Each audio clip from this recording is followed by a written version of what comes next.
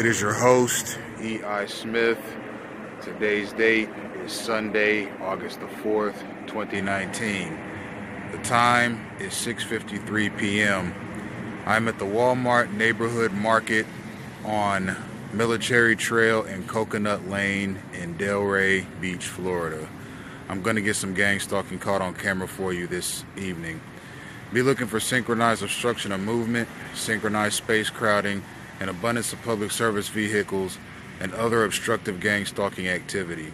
I'm going to make my way down Military Trail and record until the recording expires. Let's go. I have 26 minutes of recording time, and this is the second Walmart that I've been to that refused to do an exchange. Another Haitian-run Walmart. And here's some synchronized space crowding. As I've said in previous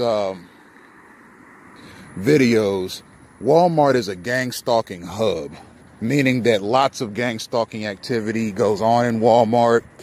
If you're a part of the gang stalking community, I don't care if you're corporate security, I don't care if you're a bounty hunter, a private investigator, a police officer, a sheriff's deputy, or any law enforcement or semi-law enforcement personnel anywhere in the country, I'm letting you know what I think of your program. It's unconstitutional, it's silly, it's disruptive, it's annoying, it's extremist, it's fascist, and we got some synchronized space crowding here just as I'm getting ready to cross the street. There's a car coming. It's a waste of taxpayer money. It's a waste of my time. It's a waste of your time. And as we saw over the past couple of days, you're not efficient. You do absolutely nothing to secure this country. This ain't nothing but selective targeting by a bunch of lowlifes who want to feel special because they represent some security firm or law enforcement agency. That's all this is. You want to feel appreciated. You want to feel big. You want to feel strong. You want to feel tough. So you select citizens around the country that you deem to be dangerous based on a sketchy set of ignorant criteria. And thanks to Congress, who are really a bunch of do-nothings anyway, you guys got a program porked barreled through Congress that gives you that power. Congratulations, you got it. But see, now you have another problem outside of just not feeling appreciated.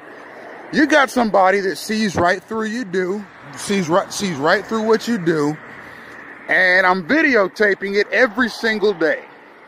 How about that? And the minute you punks try to discredit me or try to say that what I'm documenting is not a program or is not orchestrated, that's okay. I'm going to keep documenting it, and I'm going to keep showing people that it's orchestrated. You ignoramuses ought to be ashamed of yourself for following United States citizens around the country, harassing them using your resources. But I see what it is. You guys got all these fancy toys laying around, all this equipment, all this surveillance stuff, all these police resources, all these private security resources just laying around. And what happens? You just can't help yourself. You need to use it somehow. Keep the military-industrial complex going. Keep giving the government and elected representatives reasons to keep purchasing the stuff that you all do. Okay? In 48 hours, we've seen 30 people dead by mass shootings. Where was your little security program then? Where was your security program at the Columbine shooting? This is all you guys do. You got little noisemakers That's what you guys do. You're noisemakers. You're petty punks. You create a false sense of urgency in the people that are around the target. You guys are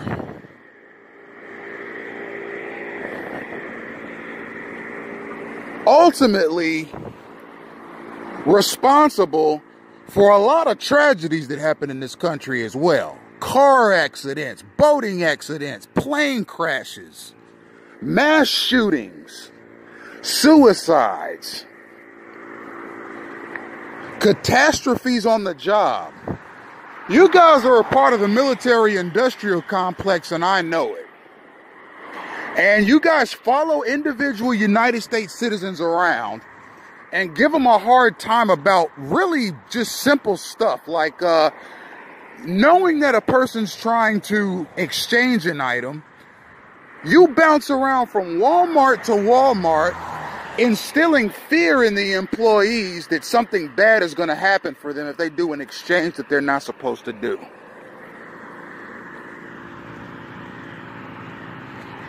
Stuff like that. You harass people at work when they're trying to earn a living, you animals. You harass people using gung-ho police officers and sheriff's deputies. You harass people when they're at church. You harass people in their homes. You harass people in their neighborhoods. You harass people when they're shopping. You harass people in movie theaters. You harass people in shopping malls. You harass people in Walmarts. You harass people in Home Depots. You harass people in Lowe's. You harass people in Publix. You harass people in Winn-Dixie's. You harass people walking down the street. You harass people at bus stops. You harass people at the beach. You harass people at boardwalks. You harass people in convenience stores. You harass people in their vehicles. You harass people when they're driving. You harass people at school. You harass people at universities. All as a part of this ridiculously bigoted, fascist, gang-stalking, whereabouts, whodunit surveillance program that you guys have been running covertly since at least since the 1960s under the guise of a national security program. You pieces of garbage ought to be ashamed of yourself. And if there's anybody in the national news media or anybody in the book community, meaning authors and so forth, if there are any pastors, if there are any lawyers, judges, cops, military personnel, politicians, athletes, anybody who wants to try and discredit what I do, I'm going to let you in on a little secret. You all, and I'm talking to the white side and the black side because you don't like to admit it, but in every industry, there's a white side and a black side. In the music industry, white side and a black side. In the sports industry, white side and a black side. In the entertainment industry, as far as movies, there's a white side and a black side. When it comes to Congress, there's a white side and a black side. Even in the president's very own office, a white side and a black side. There's a white side and a black side to the law enforcement community. There's a white side and a black side to the courts in this country. And I'm going to say something to a lot of the black pastors, judges, lawyers, Congress people, police officers, military personnel, and so forth, that will look to discredit what I'm doing on the grounds of whatever the slave-minded rhetoric you guys are putting together is supposed to do. You all benefit from gang stalking. And you're slaves. You look like slaves, you talk like slaves, you think like slaves. And the reason a lot of you have the good jobs that you have with all the great benefits is because you are seen as easygoing slaves. You don't think too hard. You don't want to think too hard. You don't question what's going on around you. You don't want to question what's going on around you. You're not aware of what's going on the ground in the lives of average people because you don't want to know what's going on the ground with average people. All you want to know is what the latest slang terms are and who the hot rappers are in the game, so you guys can take pictures with them and talk about them in your speeches to make you look cool and hip and to get your audience all hyped up. That's what you all are up to.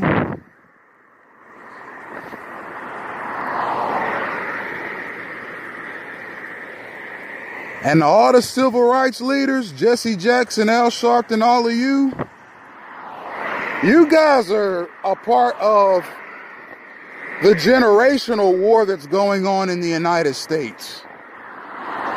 There's a generational war going on in the black community, and I'm going to tell you something. The younger generations didn't start it. Generation X, Generation Y, Millennials, Generation Z, we didn't pick the fight with you baby boomers and you silent generation blacks. You all picked the fight with us because being born in the years we were born in gave us an advantage that you guys didn't have. There was still racism in America, and there was still segregation, still fascism in America, but we were better equipped to handle it because the civil rights movement had already commenced, and we had technology that we could take advantage of that you couldn't take advantage of, and you resent us for that. And as a result, what do? As soon as one of the people, blacks from the silent generation or the baby boomer generation, gets a radio program or gets a book deal or gets any sort of a platform where he gets to talk to America as an entity, they go on record as saying some of the dumbest, most arrogant, slanderous, and libelous and untrue stuff about black men in particular that you could possibly imagine, okay? And why do they do that? They do it to try and show all other races in this country and around the world, our generation of blacks is better than their generations of black. We come from the old school, baby. We have respect for this and respect for that, and we do this right and do that right, and our culture is better than their culture because of this and that, and look at our music and look at their music. And you start coming with all these reasons as to why your generation is better than my generation. And then you wonder why when stuff happens, when bad stuff happens to younger black people, they don't go to Al Sharpton. They don't go to Jesse Jackson. They don't go to none of these black pastors that are the so-called leaders of their community, even though they're nowhere to be found when bad stuff is going on. And you guys sit around and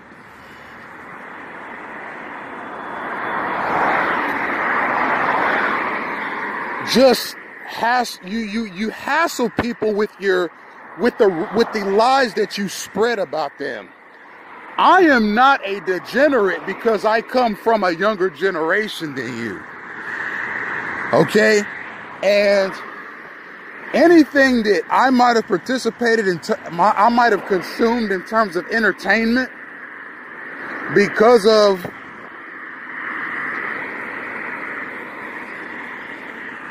the generation that I came up in. If you don't like that, that's your problem. It's not mine. If you want to use your position of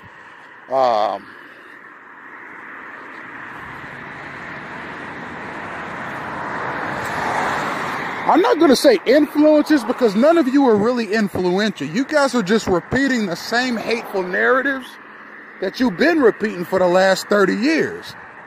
There are just enough non-blacks in the country that like listening to that crap enough to buy it off you. So that's why you're still in business. And a lot of these so-called civil rights leaders, before they act at all, and this is why I think they're do-nothings as well, is because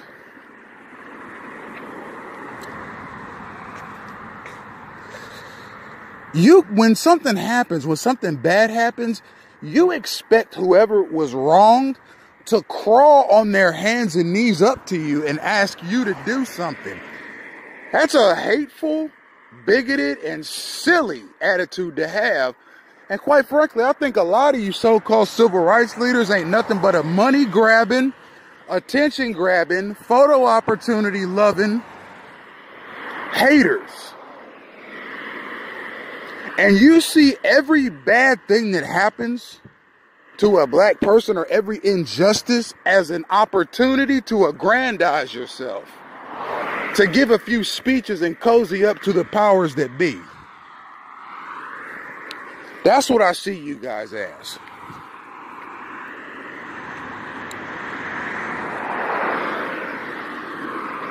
You guys know what gang stalking is. You guys see it. You guys have an idea of what it is, but you don't stop it because, first of all, you don't want to look like an idiot trying to stop it. Because after all, if it's this pervasive and this efficient, then white folks must be behind it and Jews must be behind it. I don't want to offend none of them. They made me rich and famous. I don't want to offend them. Yeah, get a grip. And yeah, cops are pigs. A lot of them wake up every day and hope this is the day that I get to put a bullet between a black man's eyes. And not only do I not do a day in jail for it, but I get commended for it by my sergeant, lieutenant, captain, and the chief. The mayor might even give me a secret slap on the back for it as well. All this derived traffic coming at me from all angles. You punks ought to be ashamed of yourself.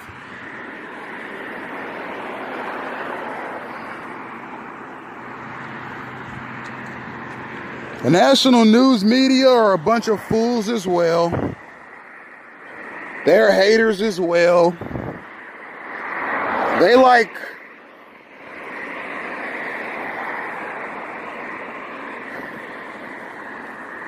Negroes that go on national platforms and say bad things about blacks too. Show how appreciative you are of the book deal we gave you, boy. Say something bad about your fellow niggas. Show us how appreciative you are that we put you gave you a nationally syndicated radio show, nigga. Say something bad about blacks. See, there's a slave mentality among a lot of successful black people in this country, and they ain't afraid to show it either. It's pretty bad in the sports industry too, and you see it in football too. All these black defensive linemen, and I'm going to say Tom Brady because his situation is the most obvious situation in terms of the situation with blacks and their slave mentality in the NFL. And when I say slave mentality, I'm talking about the coons, the porch monkeys. That mentality is very present in the United States today. And it's most prevalent and most easily identified by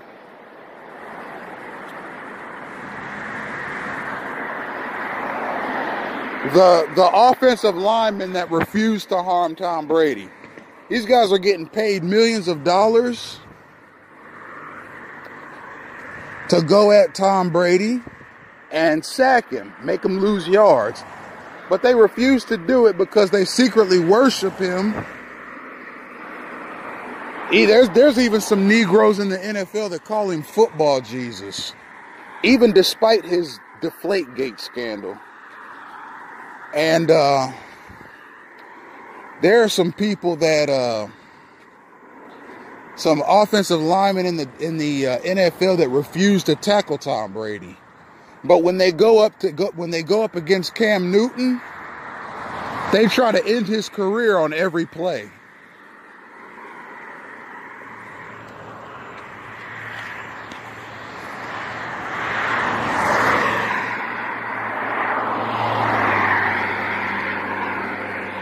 What I'm trying to say here is that the establishment, there's a black establishment in this country, and it is the most gosh dang hateful, silly, slanderous, snitching, and just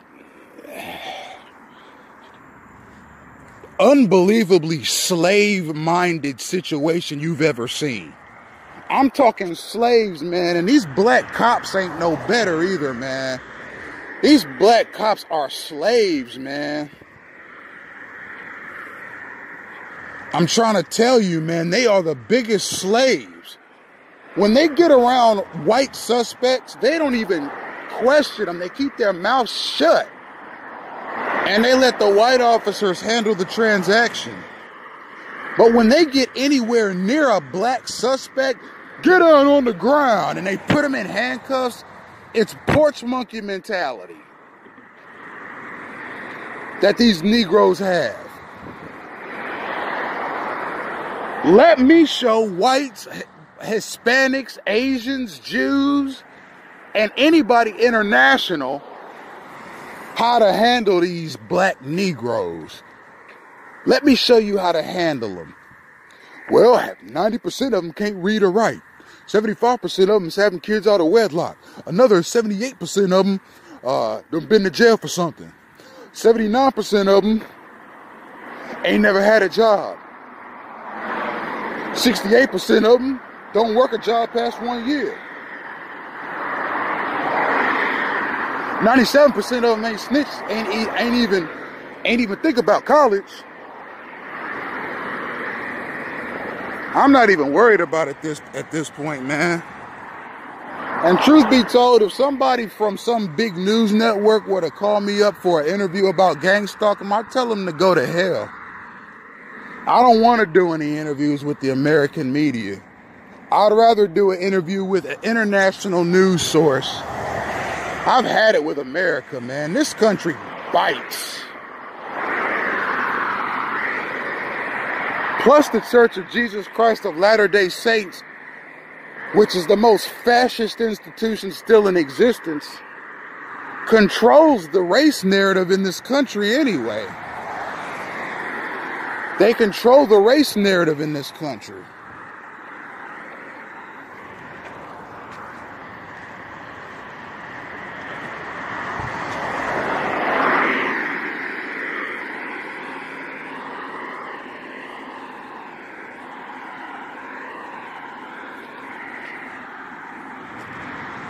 And as bigoted as they are, that's a scary thing. Plus, they've pretty much infiltrated every system of government that exists in the United States. And yes, they target black men. Why? Because they banned them from having their priesthood, and they're trying to make them look like a bunch of degenerates so as to justify that priesthood ban. Yes, that's exactly what's going on. And on top of that, I'm going to tell you something.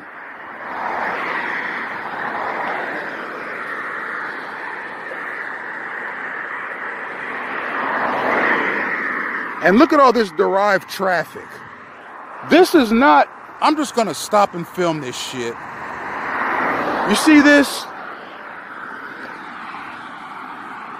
It's fucked up.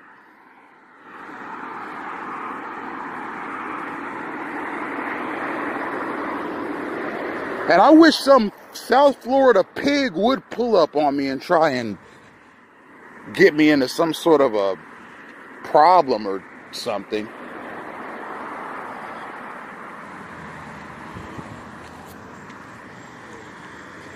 They better do everything by the book, otherwise I'm filing citizens complaints and I'm putting the crap on social media.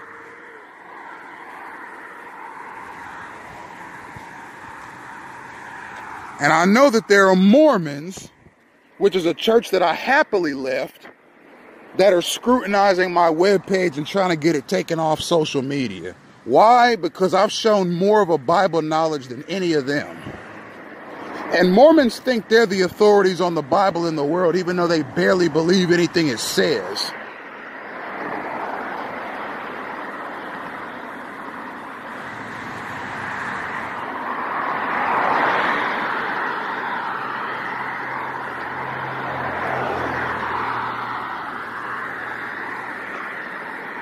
Now I got these no good, lazy, nosy, gang stalking punks. That's Frank. Says Frank. That's probably a reference to Frank Diaz, the do-nothing Cuban of Miami Powerhouse Church. See over here? All these cunts that are going in and out of there, they don't live there. Gang stalking is something else. It's perverted.